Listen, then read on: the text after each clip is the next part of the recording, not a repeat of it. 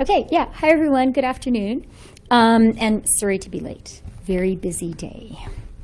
But I know it is for you guys, too. So good afternoon.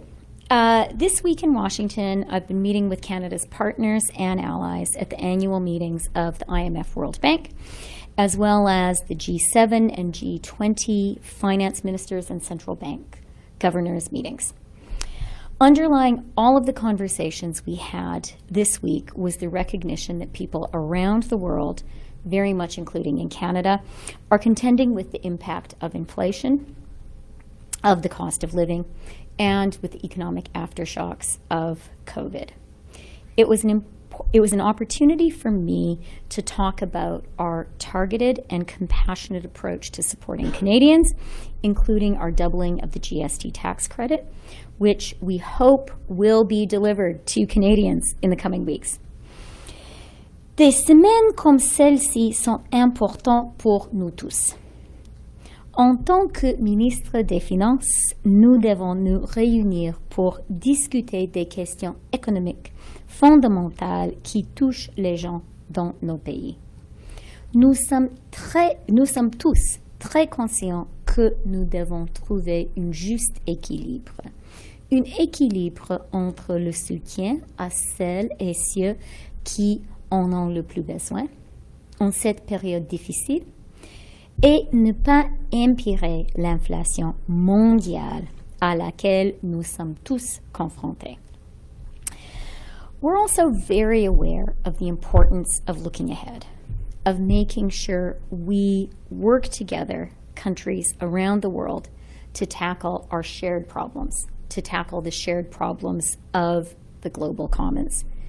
First and foremost, the existential question of climate change, and also other really important issues like global food security.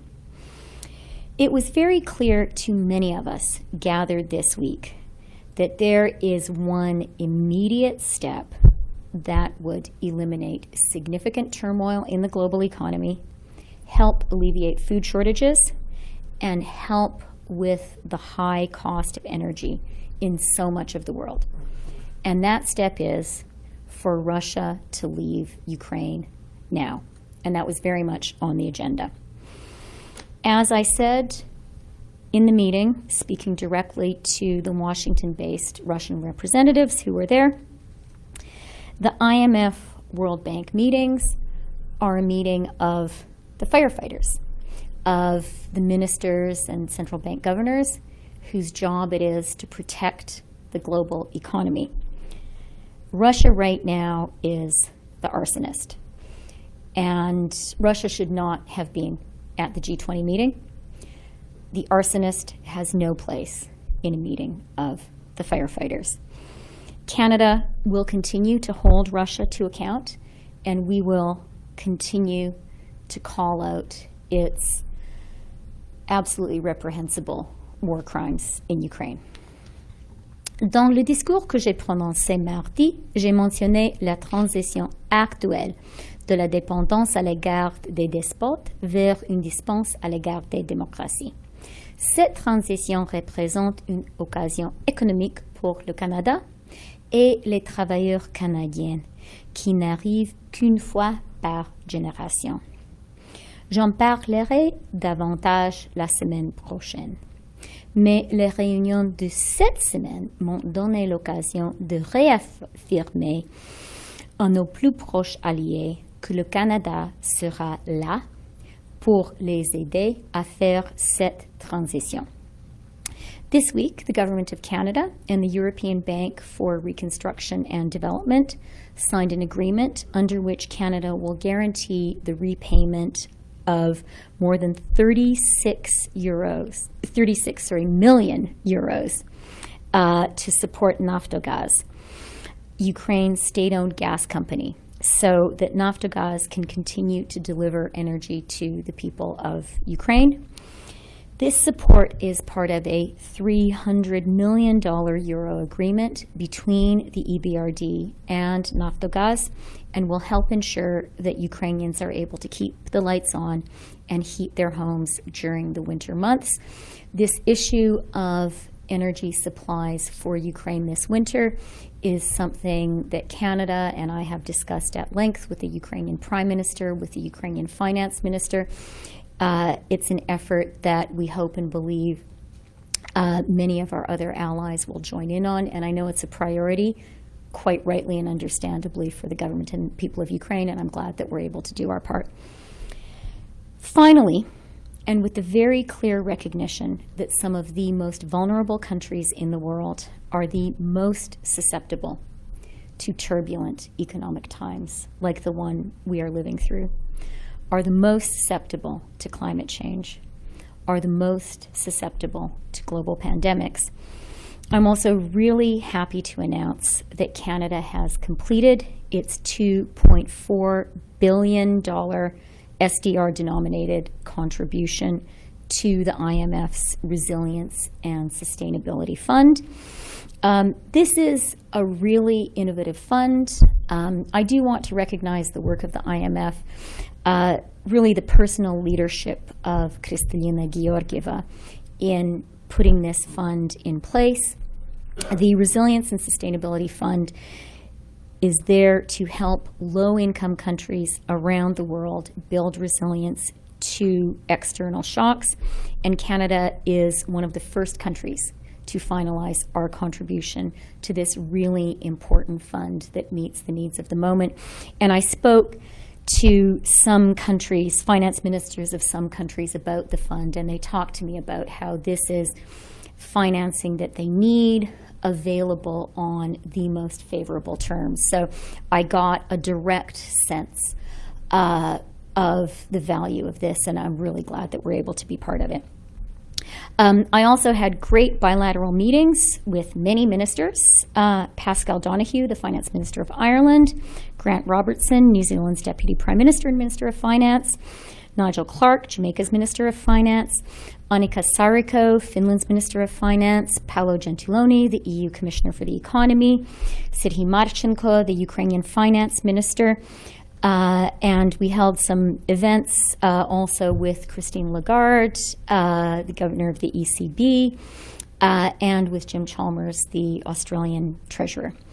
Later today, together with my German counterpart, Christian Lindner, where we will meet business and labor leaders to continue some of the important conversations that our leaders, Prime Minister Trudeau, Chancellor Schultz, had in Canada over the summer about how Canada and Germany can continue to work even more closely together.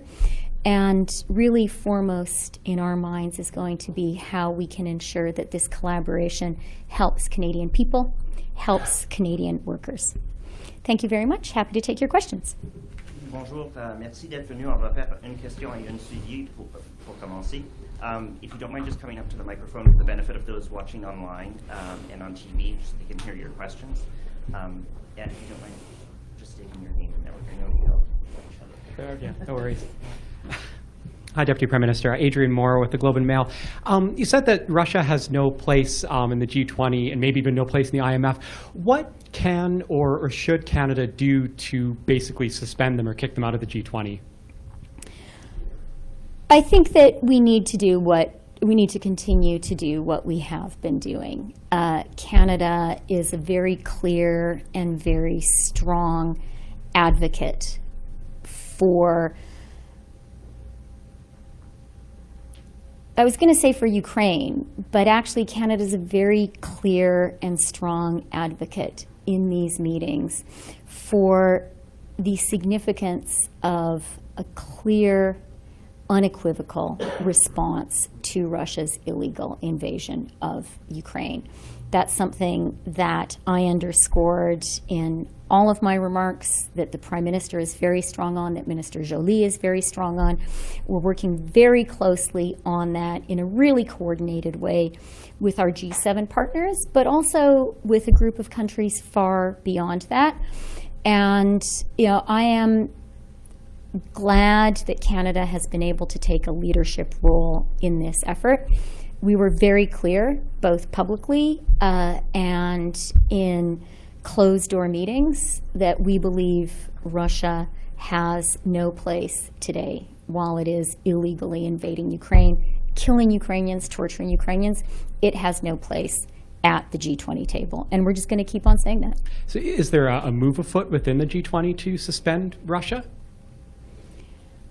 I think I answered the question, Adrian. You know, we believe very strongly that it's just inappropriate. The job of the G20 is to guarantee the global commons. And one of the biggest threats, not only to the lives of Ukrainians right now, not only to the sanctity of the international rules-based order, but also to the world economy today, is Russia's invasion of Ukraine. Hi, Alex Panetta, CBC News. Hi, Alex. Hi. I wanted to ask you about your Brookings speech earlier this week. There were some big themes in it, but I wanted to touch on a very specific line regarding energy. You indicated that Canada might want to show its allies the same consideration Europe did on vaccines, and Canada could do it in the case of either fossil fuel projects or electric vehicle projects. What I wanted to ask you is if you had any specific projects in mind, any specific regulations, any changes that you actually envisioned when you wrote that line. Let me add to that renewable energy projects, like the great project in Newfoundland, which Prime Minister Trudeau and Chancellor Schultz together supported over the summer. And I made specific reference to that project in my speech. Let me just sort of step back and say two things. One is, I really believe that we need to collectively understand that the green transition is a monumental thing, a monumental endeavor that we're just getting started on.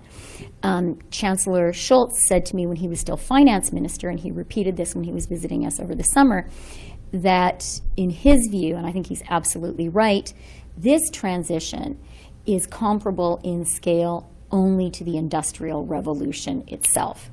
And it's easy to say that, but I think we all need to take a deep breath and think about the numbers and the scale involved. And what I think that means is we all need to kind of kick it up a gear. We need to understand, if we're going to do this, and we have to do this, we have to respond to climate change, we need to act even more energetically and aggressively than we have hitherto. And Canada has been a leader in this. In the IMF report on Canada that came out this week, Canada got some big check marks for our strong climate action policies. My point is, we have to do even more. We have to act with the urgency that the climate demands. And I think that means we need government policies in place. We need government investment in place. We need to find ways to attract even more private capital. And that is something that our government is absolutely committed to doing. Can I ask you maybe just to repeat a bit of that in French, but also as a follow-up, can you give me an example of some urgent actions you'd like to see your government or other governments take? Oui, je vais essayer. Alors, je veux commencer en soulignant à quel niveau la transition verte est un grand défi. Un grand défi et une grande opportunité. Pour le Canada, évidemment. Nous avons besoin de changer les principes fondamentaux de notre économie. Et comme l'a dit le chancelier Schultz, comme il l'a dit à moi quand il était le ministre des Finances, c'est un changement qui a le seul parallèle à ce changement, c'est la révolution industrielle elle-même. Alors, c'est vraiment une grande chose. On aura besoin de beaucoup des investissements publics et privés, et on aura besoin au Canada et autour du monde d'une mentalité que nous devons faire des grandes choses. Je sais que le Canada est déjà une leader en ce plan, et ce n'est pas seulement mon opinion, c'est ce que le Fonds monétaire international a dit cette semaine. L'FMI a souligné le leadership du Canada avec notre prix sur la pollution. Mais nous devons faire beaucoup de plus et notre gouvernement est absolument prêt à le faire. Concernant les projets particuliers, le projet que le Premier ministre et le chancelier ont annoncé ensemble en Terre-Neuve, c'est un très important projet de l'hydrogène. Et ce n'était pas une coïncidence que mardi, quand j'ai fait mon discours, que le Premier ministre et mon homologue François-Philippe Champagne étaient en train d'annoncer au Québec un grand investissement du Rio Tinto et du gouvernement canadien dans les minéraux critiques. Alors, c'est un processus qui est déjà en train. Mais nous devons faire de plus et nous devons aussi souligner pour nos partenaires internationaux que le Canada est en train de faire des grandes choses, des grands investissements, des grands projets et on veut attirer du plus parce que c'est important pour notre action sur le climat et en bout de ligne, c'est un défi, oui, concernant le climat, mais c'est une grande opportunité pour les travailleurs canadiens et canadiennes. Hi, Deputy Prime Minister James McCartan, Canadian Press. Just to pick up on Alex's question about your speech on Tuesday, you mentioned specifically the need for democracies to spend more domestic political capital in the name of your economic vision. I'm wondering to what extent you were aiming that message at your own government, and to what extent you feel that your own government could spend more domestic political capital in the name of energy, for instance, for Europe. What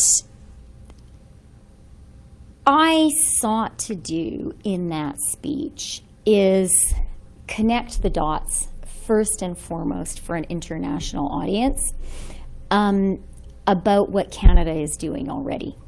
To connect the dots that actually start in 2015 with our price on pollution.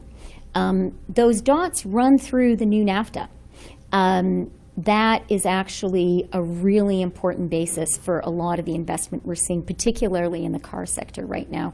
Dots that actually run through to the U.S. Inflation Reduction Act, where what could have been something very damaging for the Canadian economy actually turned out to be a set of measures that contained incentives for investing in the Canadian economy. And then to connect the dots through to the budget in the spring, which included an unprecedented investment in critical minerals and metals. And both the 21 budget and the 22 budget included real investments in the Net Zero Accelerator in the CIF. And you are seeing the Prime Minister and François-Philippe Champagne put that money to work in Canada. So, you know, what I wanted to do first and foremost is say to the world, look, Canada gets it. This is what we are doing. And if people who heard my speech thought, wow, the Canadians really are doing some great stuff here, I'm going to go visit Canada and invest some money and create some great jobs in Canada, that would be a really good thing. As I said in response to Alex's question, you know, I think we collectively need to recognize the scale of the green transition. And I don't want in any way to suggest Canada is behind. If anything, I think Canada is really in the lead on so many issues here. But we have to do even more. Climate change is real, and climate action is a huge economic and industrial project. It's going to require significant investment, public, private, Canadian, international, and it's going to require us to build a lot of stuff. And I am not, in any way naive about the scale of that challenge. This is really hard things that we're talking about. But I am also really optimistic about the magnitude of the economic opportunity that affords Canadian workers. Does that all then mean that LNG shouldn't be part of this conversation, that we should stop trying to equate what you're talking about doing with this notion, which has been around for so long, that Canada could do more to get LNG to Tidewater and make that a bigger part of the solution overseas in the immediate term, or what? There were actually a lot of conversations this week at the G7, at the G20, at the IMF World Bank meetings about LNG. And I think we're all aware of the need that the Europeans have for LNG. What I think maybe Canadians are less attuned to is the extent to which our Asian partners are also very focused on needing LNG. And one of the things I heard from both rich industrialized countries and countries in the developing world this week is how important access to LNG is for them, and how if they can't get it, they're going to have to burn thermal coal. And these were private meetings, so I'm not going to name the person, but there were more than a couple of ministers from global south countries who said, I believe in climate action. I want to burn less coal. One minister said quite movingly, I made a promise to my parliament we would stop burning thermal coal, and I'm not going to be able to keep that promise because I don't have enough LNG, and LNG is too expensive right now. So, I think that LNG, as the European Union has recognized, is an important transition fuel. And Canada is fortunate to have a lot of natural gas. We have some big LNG projects coming online soon on the West Coast. That is important, and that will be an important contributor to the green transition in the world and to providing energy security for our partners. And, as the Prime Minister said over the summer, we will always be looking at economically viable LNG projects.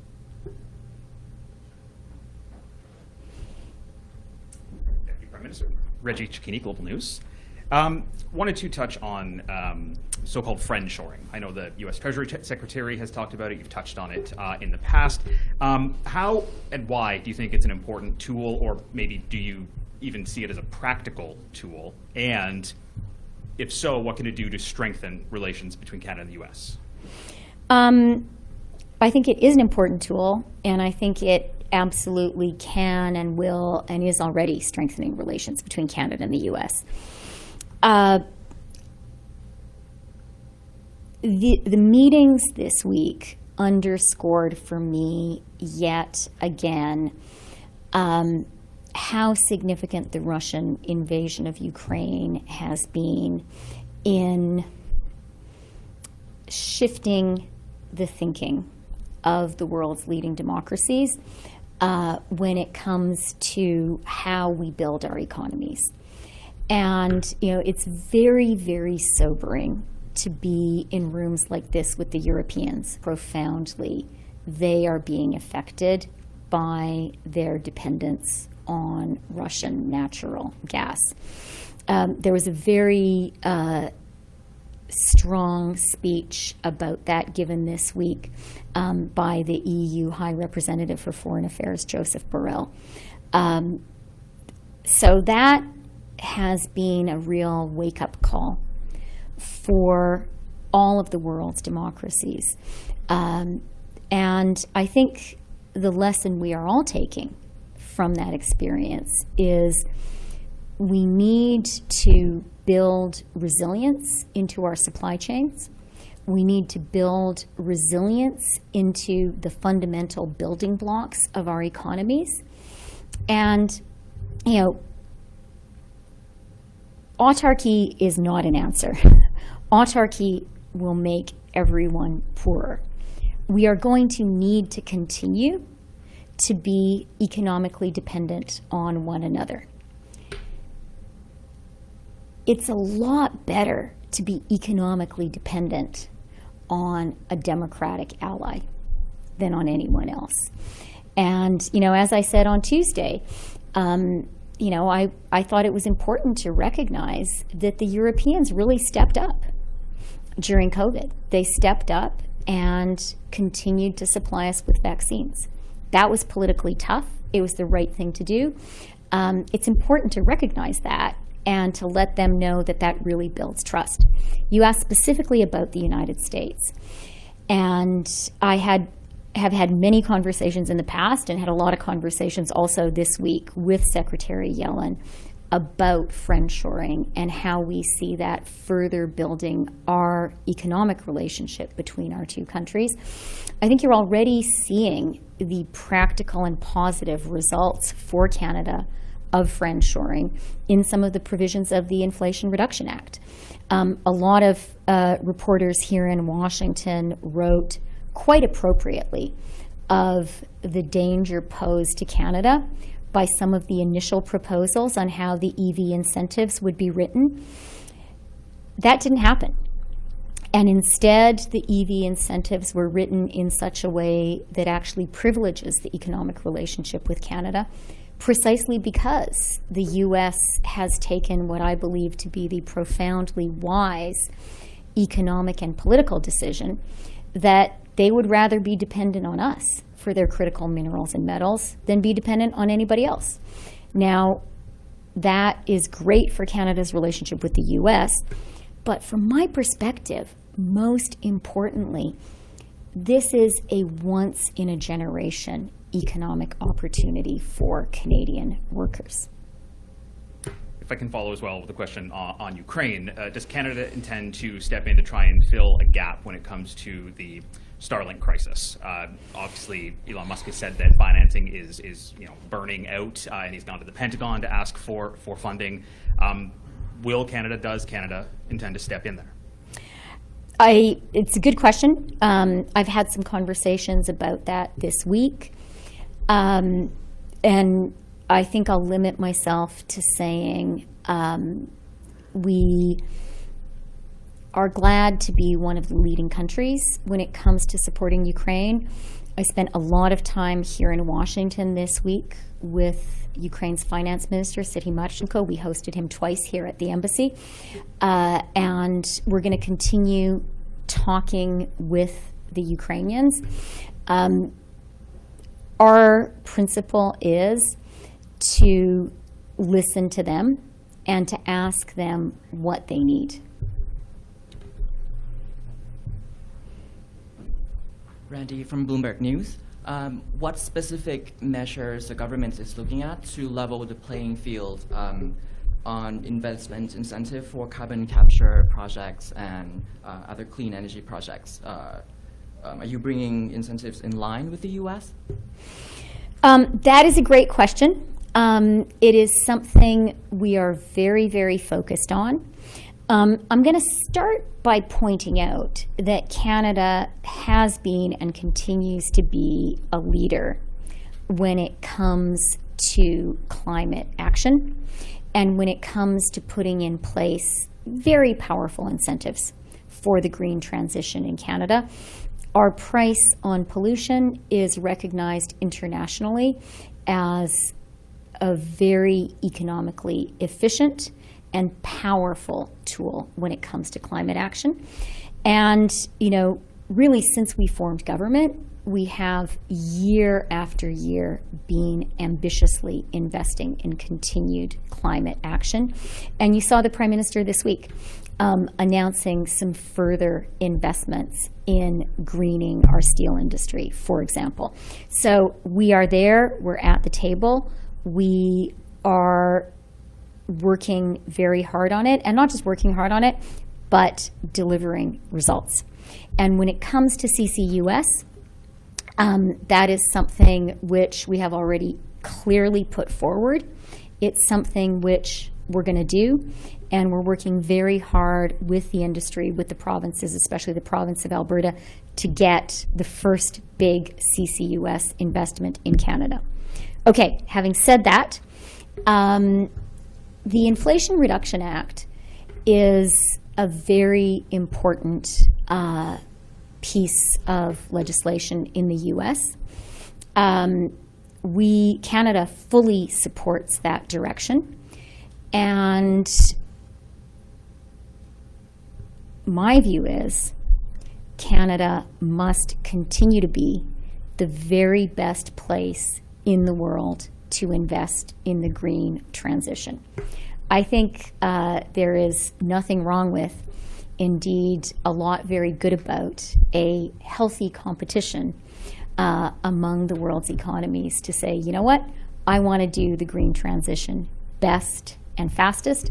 I want to get the most investment coming into my economy so we can accomplish this very important change and get the great Canadian jobs that that change will bring.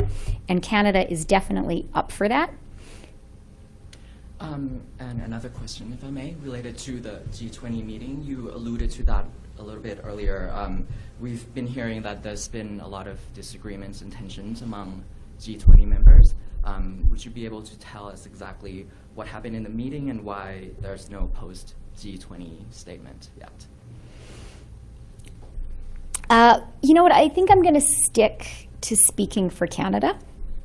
And I have been very clear about the strong position that Canada took. Maybe the only thing I'll add is, I'm going to add two things actually. Something very important was that Serhiy Marchenko was present at the meeting. He spoke very effectively about what is happening in Ukraine. And, you know, he said, I'm here. And after, you know, it's hard right now to travel from Ukraine. And he said, it's after I left Kyiv that those missile strikes happened. And my family, my wife and my kids are there. And he talked about how frightening that was. I don't think he used the word frightening, but we got the message. Those were strikes in the center of Kyiv. I think it was very powerful and very important for us to hear directly from him what is happening. And I could certainly see on the faces of my counterparts in their subsequent comments how affected we all were by hearing that direct human testimony. The second thing I will say is, you know, that of course Serhiy made the moral and the ethical and the legal case for why Russia needs to get out of Ukraine right now. And I did too. And so did all of our allies. But we also made the economic case, which is that, you know, this is, I'm not going to pretend that this is a straightforward time in the global economy. This is a really, really challenging time. And that was something that ministers and governors of central banks, we discussed candidly amongst ourselves. There is one thing, though, that's actually really simple. There's one simple thing that could happen that would make the global economy much more secure. And that is for Russia to get out of Ukraine. That would have an impact on food security. It would have an impact on energy prices. It would take a lot of the turbulence out of the global economy. It could happen. That would be really significant. So we all have a real and clear economic interest. And that was an argument that I and others tried to put forward. Okay, thanks very much, everyone. Yeah, okay, and truly, thank you very much. It's very nice to see you guys and talk to you. Can you tell us if there's any other countries in the G20 that are kind of on board with us? And wanting Thank to you take our very balance? much.